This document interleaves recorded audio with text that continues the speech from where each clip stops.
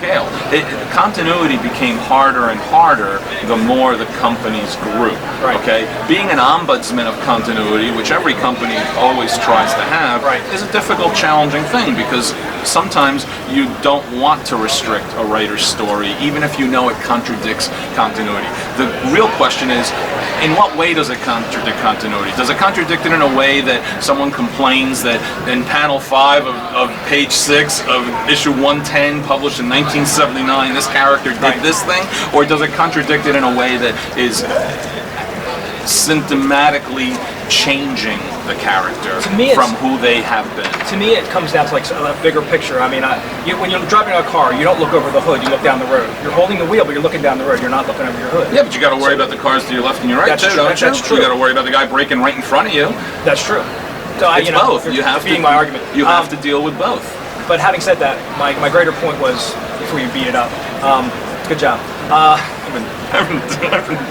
been beating people up, including myself, for 30 years. So my point, what I was going to attempt to make was that the editor finds a caretaker of these characters, because what happens when somebody starts writing Wolverine or they're the caretaker of that character, and you know, if I write a book or a novel, you write a book or a novel, you have sole control over that. It's no decisions by committee, and you can define what that character's traits are, and they'll never change. And if there's a character arc, but when we get into comics, it's like, yeah, Peter Parker now runs Parker Industries, where he used to be. But you can't compare. And I'm okay with that. You can't compare monthly comics published by major companies to novel writing. They're completely different creative endeavors. And that's what I'm saying. Right? And let me throw back the point. Sure. The writers aren't the caretakers of the characters. The editors are the caretakers of the characters. Because the characters are company owned. If you're talking about specifically Marvel and DC characters, the writers are hired to bring their craft to the current stories that they're telling. And the editors are responsible for worrying about how that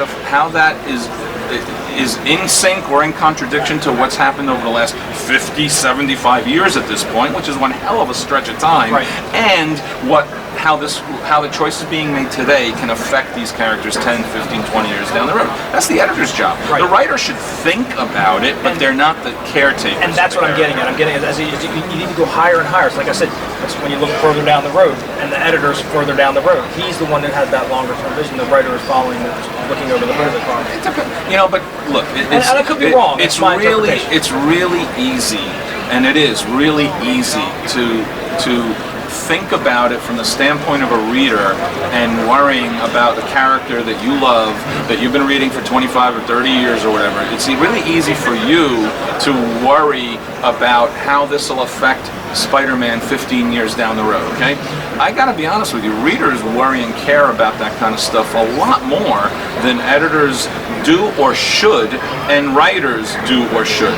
You want to know why? Because you're not responsible for the book that has to come out next month and the budget that has to come out for the fourth quarter, and coordination of plans that are happening with 15 other titles, and dealing with licensing issues, and dealing with consumer products issues, and dealing with direct sales issues. The picture gets bigger and bigger and bigger. You don't have to worry about all of that. All you have to worry about is the character you care about in the book you're reading, and the cycle it comes out in, which is presumably every 4 weeks. And most readers are smart enough to take that into consideration. No, most readers are not. To tell you the truth, most readers are not. You know what? I want to give people more credit for that. I'm always the glasses half full, you know? Fans tend to have a hard time looking past the mirror. Okay, they really see what's reflected back at them in and of themselves. So they're not really often worrying that much about the trials and tribulations of anything else going on around them, except their emotional connection to the character in the book. I agree and I disagree, because I spend a lot of time at that counter at my comic book store debating these issues with a number of people, and it's fantastic how, you know, we all try to think on behalf of everybody who's making the sausage, okay? And then we all try to give everybody the benefit of the doubt, but then of course we all have a personal agenda. You know, as a heritage reader, I love Peter Parker the way he was. I have a hard time accepting changes, but if they transition well and smooth enough, then I do have an easier time taking those changes. So it's, you know, to me it's like, you know, how smooth is that transition? How plausible is it for somebody in my age group versus somebody who's 14 who's just willing to come in and say, hey, you want to make a character like Ice Cream after he's hated it for years? So be it. I don't care. Whereas other people, you know, will get their butt in the air. But all in all, I really just care about a nice, good, fantastical story. You know, I mean, I want to see superheroes beat each other up and or beat adversaries up and see some sort of resolution that comes after a great fight scene. I don't necessarily need, you know, a mind-bending story. I don't need. Look, but that's me. I am of the firm opinion that we as older readers, and the minute you're reading comics after the age of 30, you're an older reader. We as older readers read by channeling our 14-year-old selves. Okay. Okay. And it's that raw emotion we felt at that age. Just hitting puberty, just hitting the teen years. It's the passion that we felt at reading those books at that time. That's the way we look at the material we're reading. Not from a critical analysis standpoint, right. From an emotional standpoint. Okay. So you bring your emotion to it, and as you get older, you should bring critical analysis to it, perspective to it, maturity to it. Not all 35, 45, 55-year-old readers do, right. But you're supposed to, okay? So it's two different schools of thought. It's your id and your super ego, and you need to be able to balance the two. I think many readers can't balance the two. They have a hard time balancing the two. Now, I guess last question, and that is, do you think that in terms of the way the politics of comic books are playing out now, that it's as bad as it's going to get for people who want to complain? Because it seems right now there's a lot of people doing YouTube videos where they're going, everything wrong with comics, everything wrong with this. There's a gentleman from Comics Explained who thinks every week he wants to say, well, this is what's right, this is what's wrong, and his opinion matters to so many people, and they follow what his vision. And then suddenly I think social media has done a wonderful job of providing the people who want to complain new reasons to complain on a minute-by-minute basis, okay?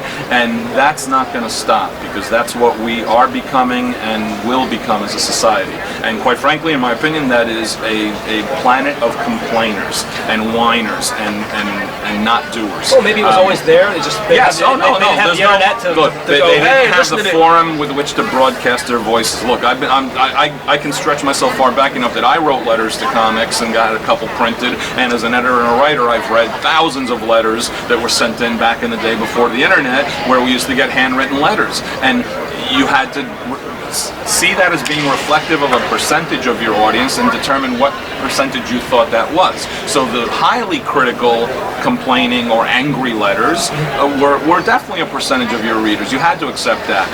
You also you should respect the amount of time, effort they took to voice those opinions, even if they were negative opinions, right? Never ever should you consider that one letter out of 100 or 5 letters out of 100 represents 65 or 75% of the people. What it really does is, if you take 100 letters, 5 letters represents 5% of the people, and that's what it is, you know. So that's pretty much how I always approached it.